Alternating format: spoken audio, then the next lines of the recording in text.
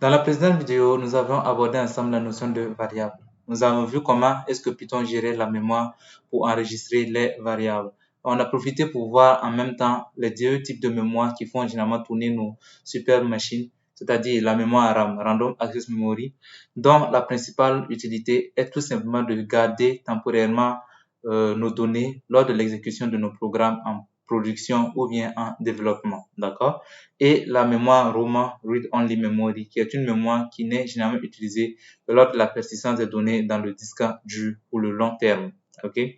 Et dans cette vidéo, nous allons continuer notre découverte des variables par la création de nos variables, d'accord? Donc, pour cette vidéo, je ne vais pas switcher dans le terminal incorporé à VLC, mais je vais utiliser Windows Terminal, d'accord? Voilà, cela va permettre à ceux-là aussi qui n'ont pas le même éditeur de code, voilà, de suivre également de la même façon.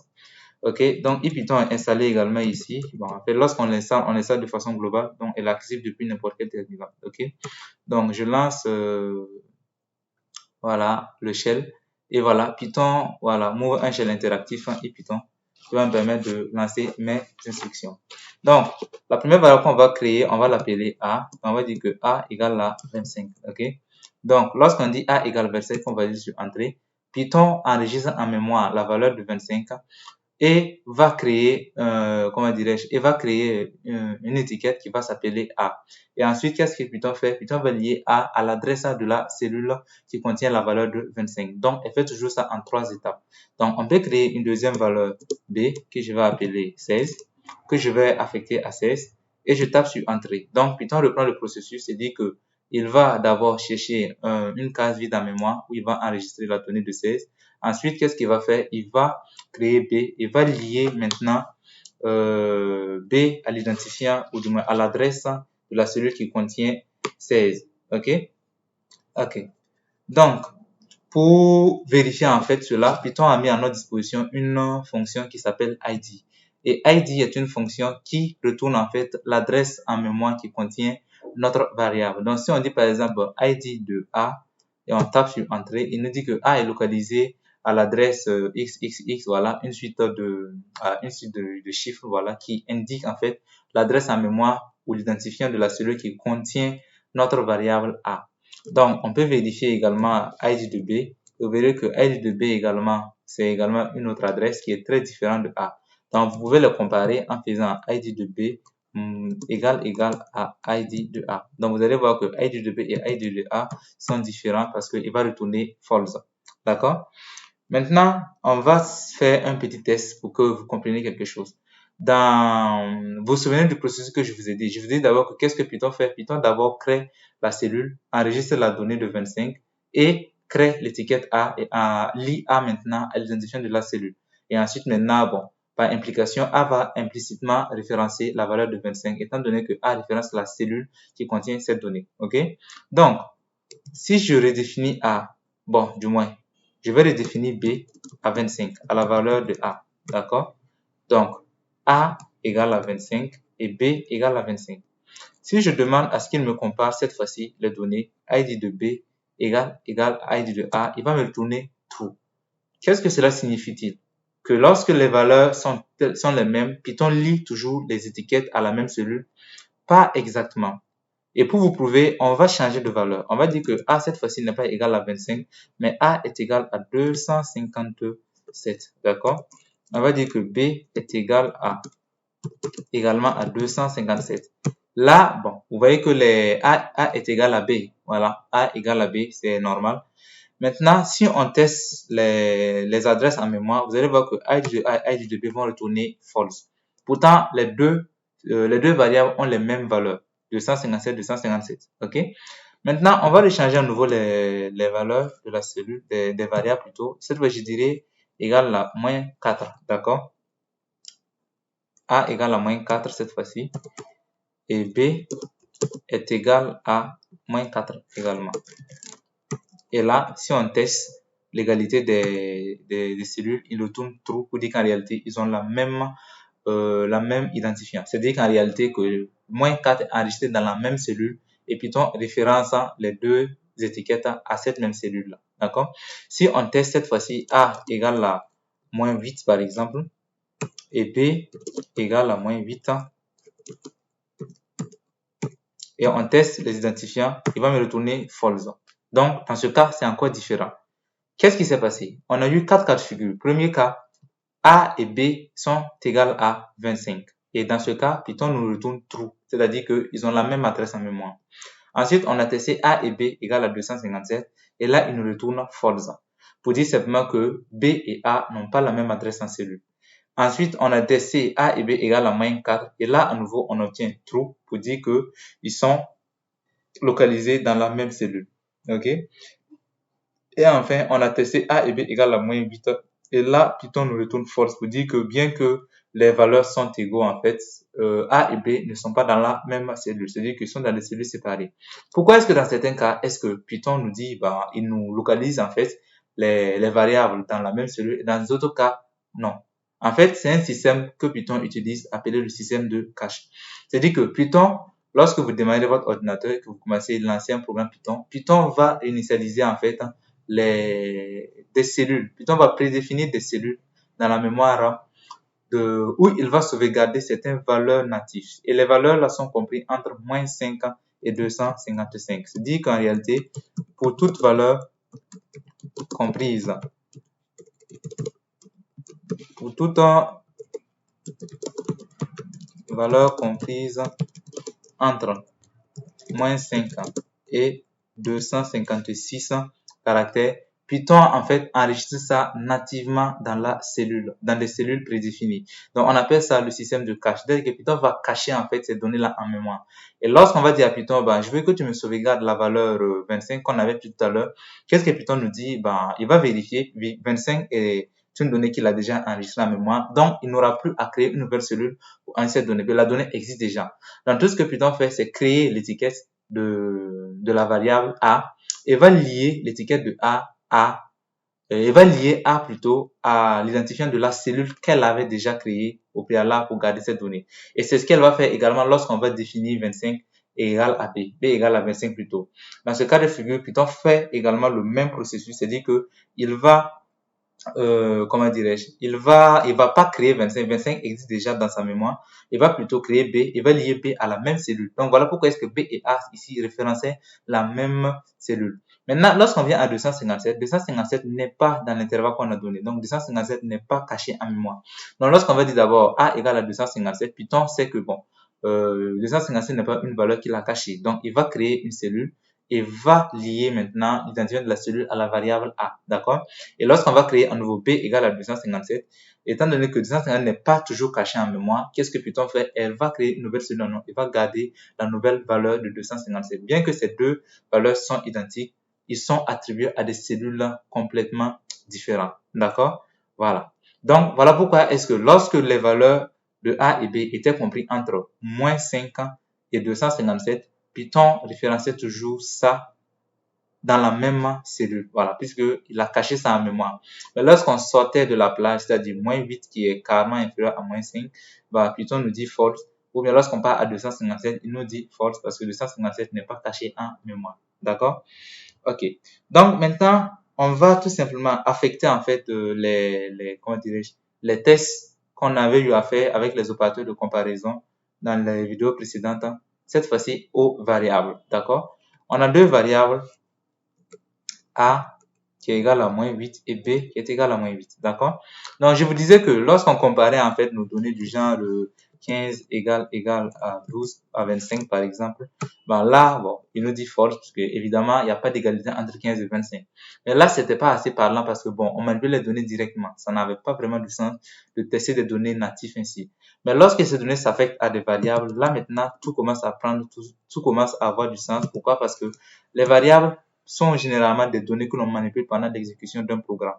Là, si je dis A égale à 15 et B égale à 18, disons que A et B peuvent être en fait, comment dirais-je, des âges de deux personnes que l'on veut tester, par exemple, pour avoir accès à une partie d'un site web, par exemple. Voilà, on va tester leur âge et on peut les évaluer entre eux. On va dire que est-ce que A égale à B? Ils vont nous dire non, A et B sont différents. Voilà, c'est-à-dire que les deux personnes n'ont pas les mêmes âges. On peut également tester ça avec la supériorité, l'infériorité, l'égalité ou supériorité, l'infériorité ou égalité. Tout cela se fait sans souci. Donc, je vous laisse ça, je laisse ça à votre guise. Vous pouvez le tester à votre côté, à votre niveau pour voir. Mais cette fois-ci, en les affectant toujours à des variables, vous allez voir que ça sera un peu plus parlant, un peu plus explicite que dernièrement. D'accord? Ok. Alors, maintenant qu'on a vu le système de fonctionnement de Python pour l'enregistrement des variables, on va voir ce qu'on appelle les opérateurs d'affectation ou d'assignation. D'accord? Rappelez-vous, je ne sais pas si vous vous souvenez, lorsque dans la vidéo précédente, on a voulu tester l'égalité, j'ai d'abord fait 15 ans, bon, j'ai tapé deux valeurs en ne mettant qu'une égalité, je ne me souviens pas des valeurs. Et qu'est-ce que Python m'a dit? Python a levé une erreur disant tout simplement qu'on ne peut pas assigner, comment dirais-je, on ne peut pas faire d'assignation. Voilà, puisque là, l'opération que je viens de poser s'appelle, c'est une opération d'assignation et ça n'a pas un sens parce qu'en fait, on essaie d'assigner une valeur numérique à une valeur numérique. C'est pas vraiment, voilà, ça n'a pas de sens en fait, vous le comprenez. On ne peut pas assigner 19 à 15, non. Donc, les assignations sont destinées en fait aux variables. Voilà pourquoi j'avais pas abordé ça dans la notion, dans la vidéo des opérateurs en Python, parce qu'en réalité, il fallait voir les variables, voir comment ça fonctionne avant de comprendre comment est-ce que ces opérateurs d'assignation fonctionnent. Donc, comme je vous ai dit, on vient de voir une toute première opération d'assignation qui est l'affectation simple. Lorsque je dis A égale à 15, ben, je fais tout simplement une affectation simple de A par 15. Voilà. Donc, j'affecte 15 à la variable A. Voilà. Donc, on peut également changer la valeur de A en disant que A égale 18. Cette fois-ci, A va être égal à 18. Donc, si je dis A ne sera plus égal à 15, mais sera égal à 18. Ça s'appelle de l'affectation ou de l'assignation simple. OK? On a ce qu'on appelle l'assignation en parallèle. L'assignation en parallèle, c'est quoi? C'est lorsque vous voulez déclarer plusieurs variables à la fois. Par exemple, là, je n'ai déclaré qu'une seule variable. Mais si je veux déclarer deux variables, A, B, d'accord, et C, par exemple, et que je veux les affecter à des valeurs, d'accord? Donc, je dis tout simplement que A égale à 14, par exemple, bon, 24 plutôt, et B égale à 67, et C égale à 15, ok? Voilà, C égale à 15. Donc, qu'est-ce qui se passe? Là, je tape sur Entrée, Python effectue une opération.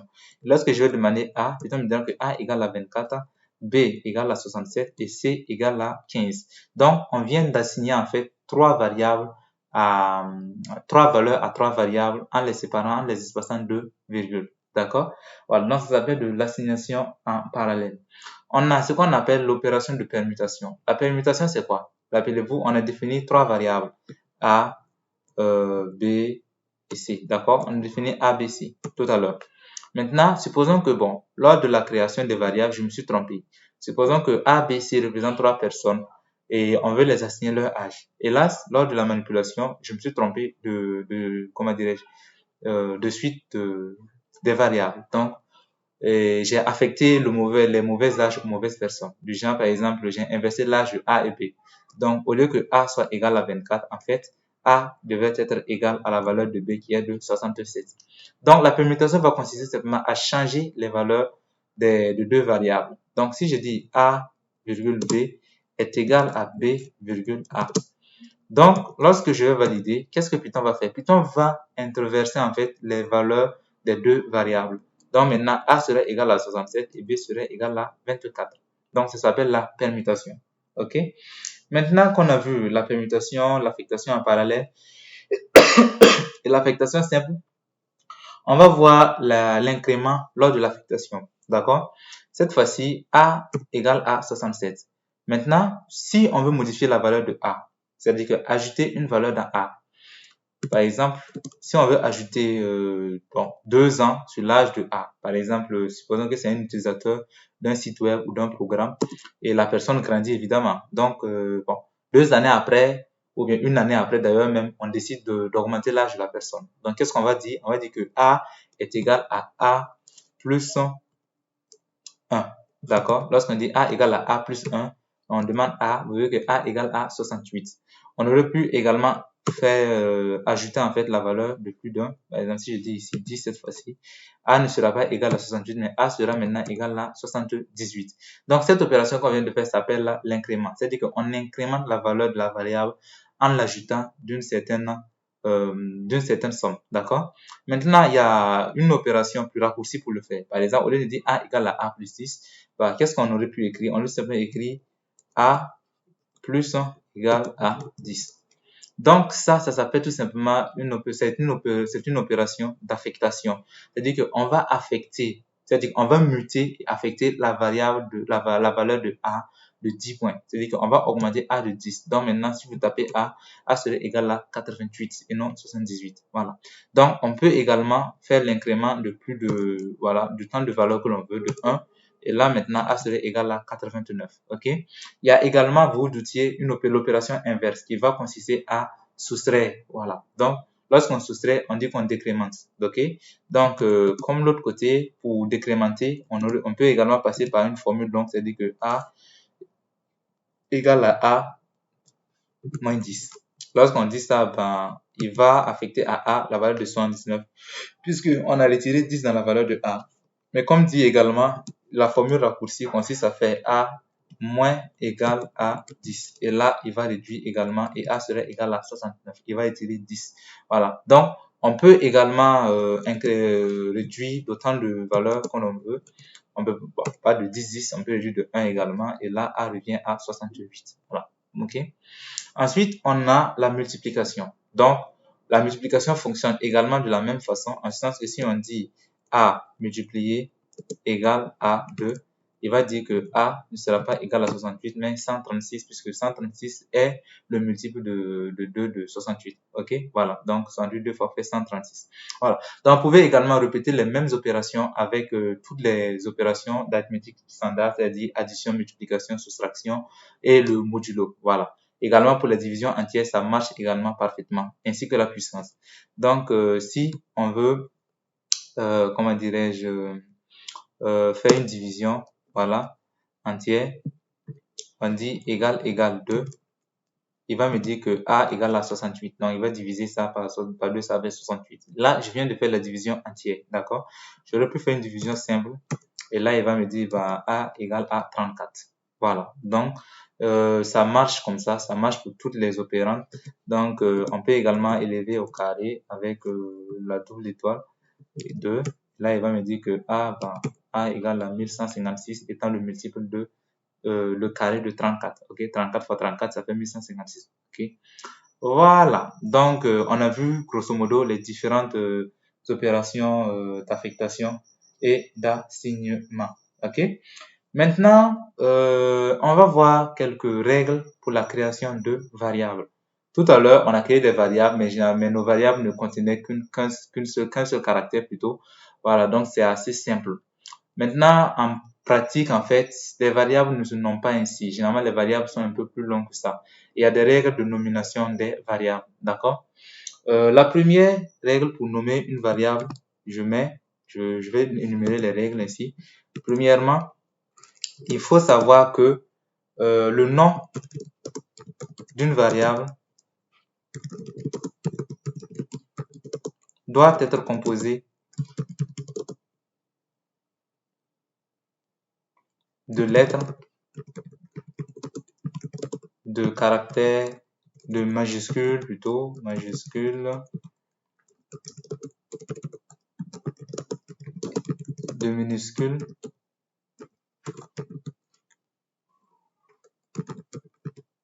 de chiffres, ok, et du symbole underscore, ou bien le underscore c'est le souligné du bas, d'accord? Voilà.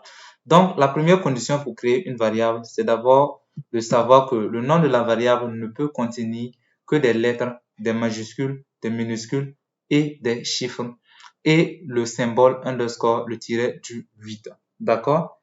Deuxièmement, les accents, les espaces et les caractères spéciaux sont interdits.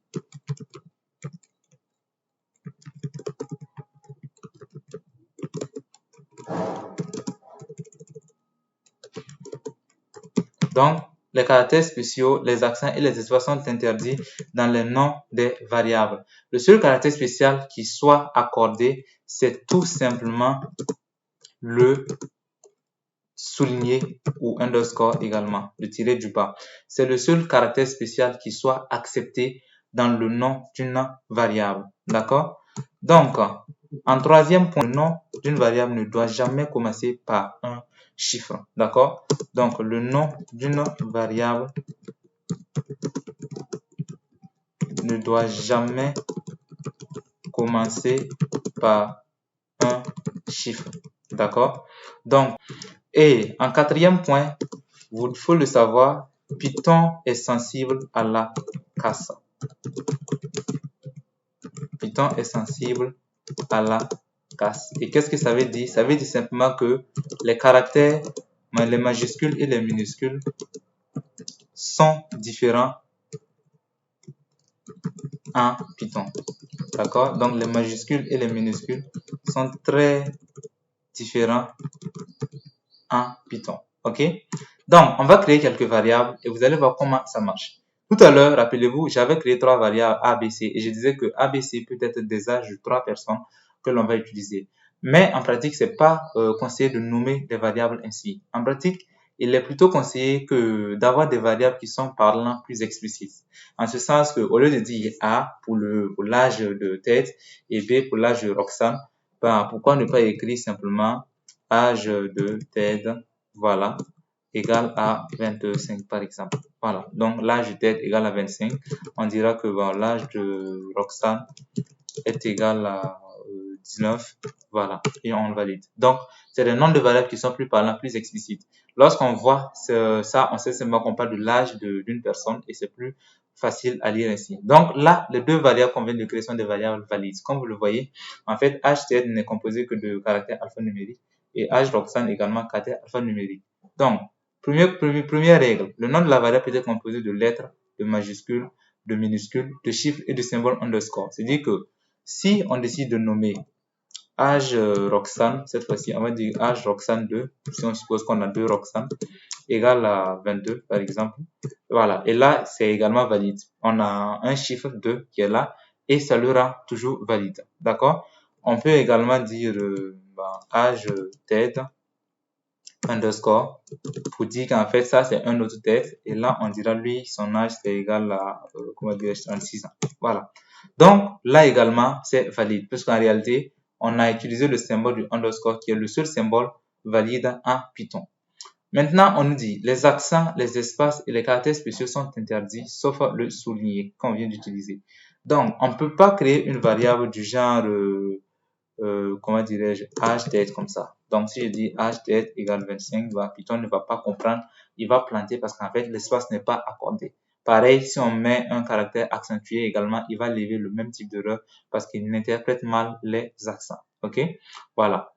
Donc, si on dit en troisième point qu'en fait, le nom de la variable ne doit jamais commencer par un chiffre. Avant, on avait dit plutôt âge Roxane 2, vous vous souvenez, on a dit âge Roxane 2 égale à 22. Voilà. Maintenant, si au lieu de dire âge Roxane 2, on veut dire que bon, la deuxième Roxane, on dit 2 âge Roxane, Python va lever également une erreur puisque aucune variable ne doit commencer, aucun nom de variable ne doit commencer par un chiffre. C'est pas acceptable en Python. Ensuite, on dit que, en fait, Python est sensible à la casse. Qu'est-ce que ça dit? Ça dit simplement que lorsque vous nommez une variable, attention, si vous utilisez des majuscules et des minuscules, vous pouvez avoir le même nom de variable, mais avec la casse, c'est-à-dire que certains caractères soient en majuscule ou en minuscule, avoir des variables totalement différentes. Un exemple. Supposons que je dise htête de cette façon, d'accord, égale à 24, ok? On met l'htête à 24, ok? Ensuite, on dit cette fois-ci htête égale à 25. On dit cette fois-ci âge tête égale à 26. On dit âge tête égale à 27. Donc, on vient de créer ici en tout 4 variables. Et chacune de ces variables est différente les unes des autres parce que les noms les différencient. Si je dis âge tête ainsi, il va me retourner 24. Si je dis maintenant âge tête, il va me retourner 25. Si je dis âge tête, il me retourne 26. Et si je dis âge tête, il va me retourner 27. Donc, en fait, ces quatre variables sont différentes les unes des autres parce qu'en fait, la casse est différente à l'intérieur.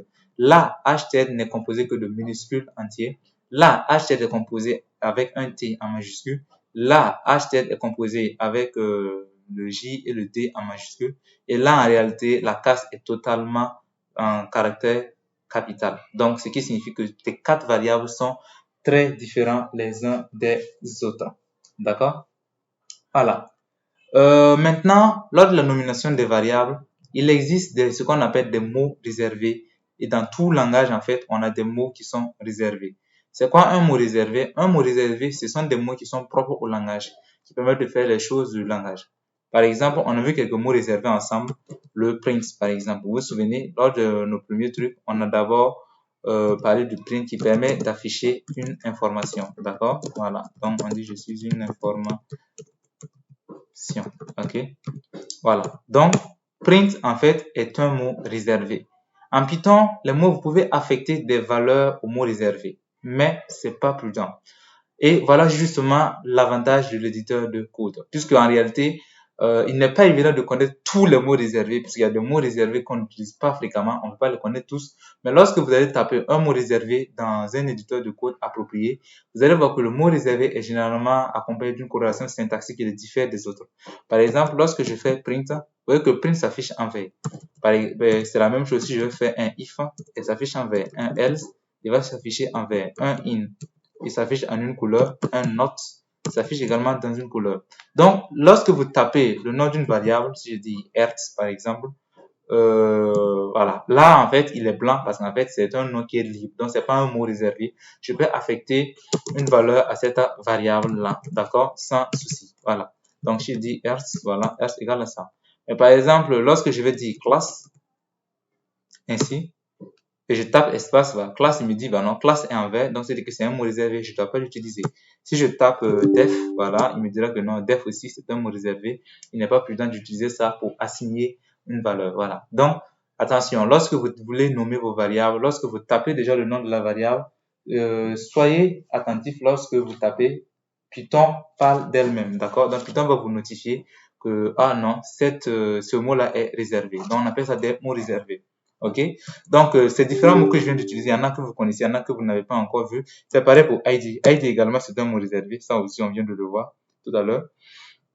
Donc, il y a des mots qui sont, que vous connaissez, il y en a que vous ne connaissez pas, mais soyez tranquille. Dans la suite de la formation, vous allez tous, on va aborder tous ces différents mots, voilà, qu'on vient de voir. D'accord? C'est pas un gros souci. OK?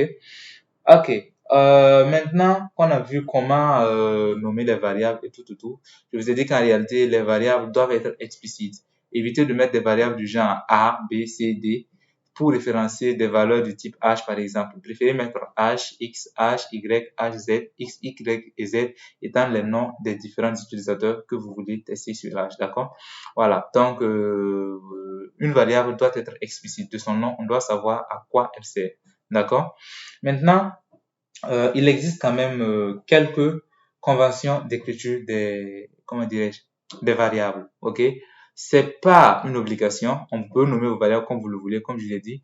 Mais la communauté, en fait, Python a pris une convention de nommage de variables. D'accord? Et il y en a plusieurs.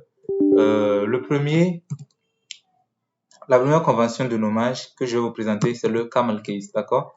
Le camel case, je vais plutôt l'écrire correctement, je dirais camel case, voilà, comme ça. La casse en chameau, voilà.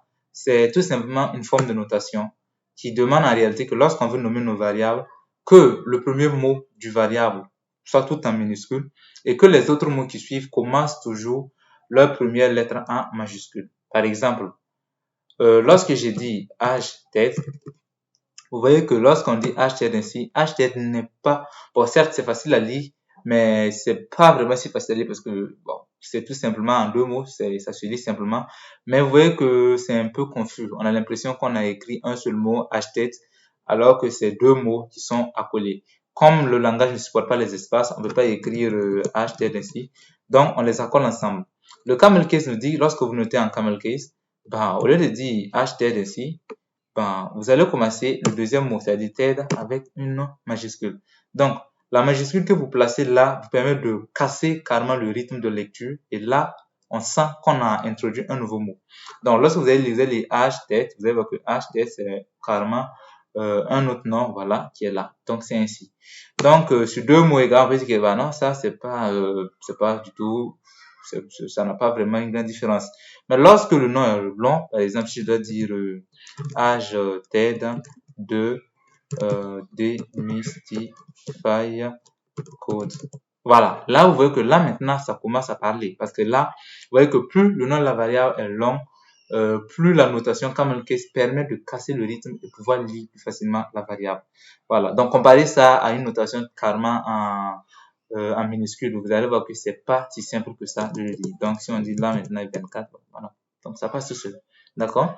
Donc la deuxième notation c'est le Pascal case. D'accord. Le Pascal case, c'est une notation tout comme le camel case, mais à la différence que la première lettre, en fait, le premier mot également commence par une lettre majuscule. Donc, en Pascal case, on n'aurait pas écrit, en fait, H-tête comme ça. On n'aurait pas écrit ça également de cette façon, mais on aurait écrit du genre H avec A en majuscule et tête. Donc, on va dire H-tête égale à 24. Donc là, on vient de faire une notation Pascal case.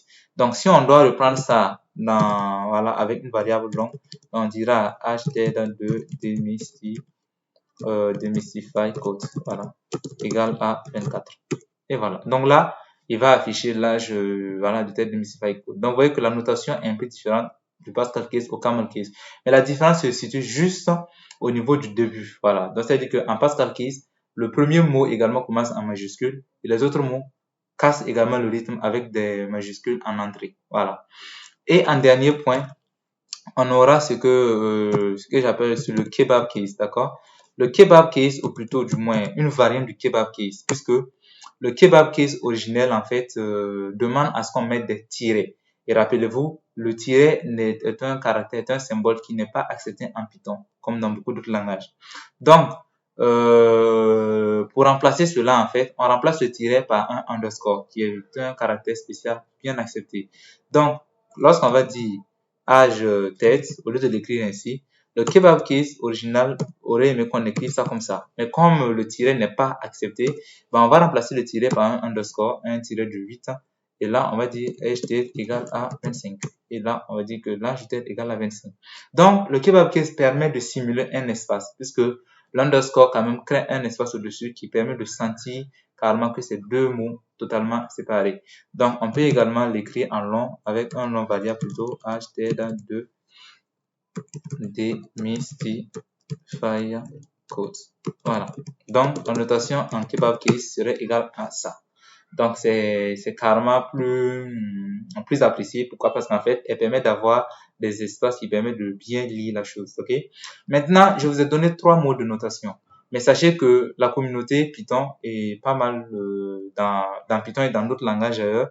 Les gens réservent en fait le Pascal case aux notations de classe. Voilà. C'est-à-dire qu'ils préfèrent le Pascal case à la nomination des classes lors de la programmation.